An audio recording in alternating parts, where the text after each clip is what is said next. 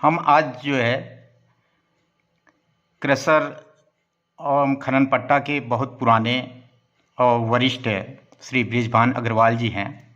हम आज उनसे इस खनन हादसे को लेकर क्या मजदूरों की सेफ्टी होनी चाहिए और क्या सुरक्षा होना चाहिए, क्या मानक होना चाहिए, आज हम उन पे बात करते हैं।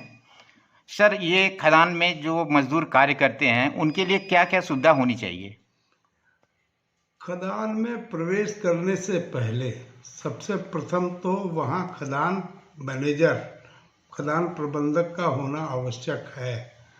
साथ में अगर फोरमैन है, माइनमेट है, ब्लास्टर है, वो उपस्थित रहें चाहे न रहें, लेकिन माइंस मैनेजर की अनुपस्थिति में कोई भी खदान में प्रवेश नहीं कर सकता।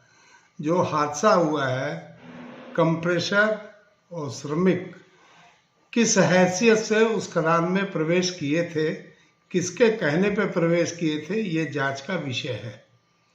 और वहाँ का प्रबंधक क्या कर रहा था, प्रबंधक ने अपनी जिम्मेदारी क्यों नहीं निभाई। खदान में प्रबंधक अगर नहीं है तो इसके बाद खदान में किसी तरह का कोई कार्य नहीं होना चाहिए। सभी श्रमिकों का फॉर्म में भरा हुआ होना चाहिए, जिसमें उनकी फोटो, उनका पता, उनका आधार नंबर, उनका पूरा एड्रेस लगा हो और उसके लिए आइडेंटिटी कार्ड उनको इशू किया हुआ हो। किंतु जी बताएं। यदि प्रबंधक अनुपस्थित है तो वहाँ एक खदान रजिस्टर होता है, जिस खदान रजिस्टर पे वो अपनी टिप्पणी लिख के जाएगा कि आज मैं अनुपस्थित रहूँगा, इसलिए मेरी अनुपस्थिति में खदान में या तो फोरमैन कार्य देखेगा या नहीं देखेगा। फोरमैन नहीं है तो काम बंद रहेगा। इस खनन क्षेत्र में तो अधिकतर खदानों का ये हाल है कि पट्टा धारक अपना कह देते हैं और माइंस मैनेजर को कोई मतलब आते भी हैं, नहीं आते हैं, फॉर्मेलिटी पूरी की और चलिए गए। खदान में कार्य करने का समय सूर्योदय से लेकर सूर्यास्त तक है। सूर्यास्त के बाद खदान में किसी तरह का कोई कार्य नहीं होना चाहिए। और उस बीच में खदान प्रबंधक को, फोरमैन को, दोनों में से किसी एक को परमानेंट उपस्थित रहना चाहिए। ये कोई ज़रूरी नहीं है कि सूर्योदय 6 बजे हो गया तो प्रबंधक भी 6 बजे पहुँचे। तो यदि वो नहीं 5-6 बजे पहुँच पा रहा है तो फोरमैन 6 बजे पहुँचे। इसके बाद 10 बजे वो आता है, वो रेस्ट पे चला जाए, वो कोई विषय नहीं है। लेकिन दोनों की अनुपस्थिति में खदान में कार्य नहीं होना चाहिए।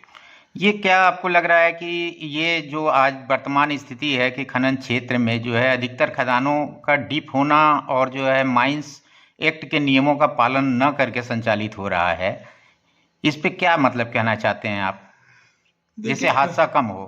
देखिए, खदानों में बेंच बना के ही काम होना चाहिए। खदानें इतनी गहरी हो गई हैं कि किसी खदान में बेंच है ही नहीं। खदान 200 फीट 250 फीट गहरी तक हो गई है, भूजल निकल ही आया है और भूजल को पंप लगा के बाहर फेंका जा रहा है।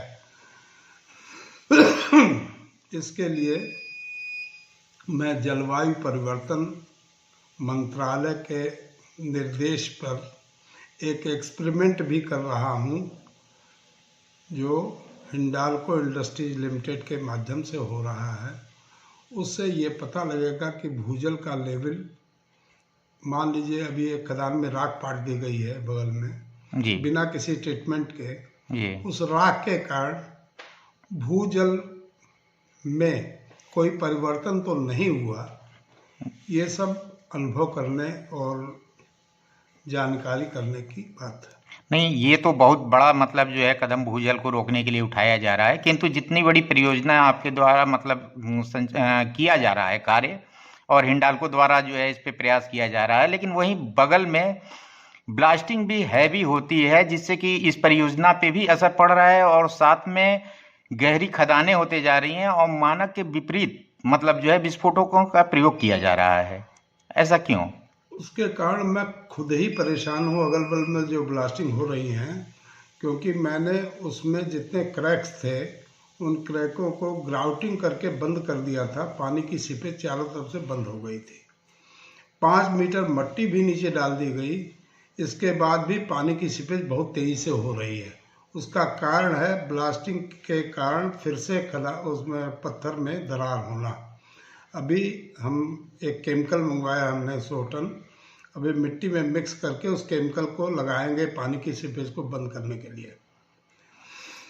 हमारा प्रोजेक्ट 6 महीने विलम्ब हो गया इसी कारण। जबकि भारत सरकार द्वारा जो है जलवायु और जल भूजल दोहन को रोकने के लिए इस जनपद में ये बहुत बड़ी योजना और पहली योजना है जो आगे के लिए बहुत ही कारगर होगा, लेकिन उसमें भी जो है इस तरह की बाधा आ रही है। तो इस पे क्या मतलब जो है आप कहना चाहते हैं, कैसे इसका निस्तारण हो? ऐसा है कि यह परियोजना जनपद की नहीं है, भारतवर्ष की प्रथम योजना है। इसका जो खर्चा वहन कर रही है ऑल इंडिया एल्युमिनियम इंडस्ट्रीज कर रही है। उनके पास जो रेड मड तैयार हो रहा है एल्युमिनियम बनाने में, वो उस रेड मड में बहुत तरह के केमिकल हैं। उसका डिस्पोजल करना बहुत आवश्यक है क्योंकि वो बंधों में पड़े हैं और उसके कारण अगल बगल का भूजल खराब हो रहा है जी। ट्रीटमेंट करके उस रेड मड को इन पौंडों में भर के फिर इस पे राख डाल के फिर इस पे पेड़ लगा, वो मट्टी डाल के इसमें पेड़ लगाएंगे, वृक्षारोपण करेंगे।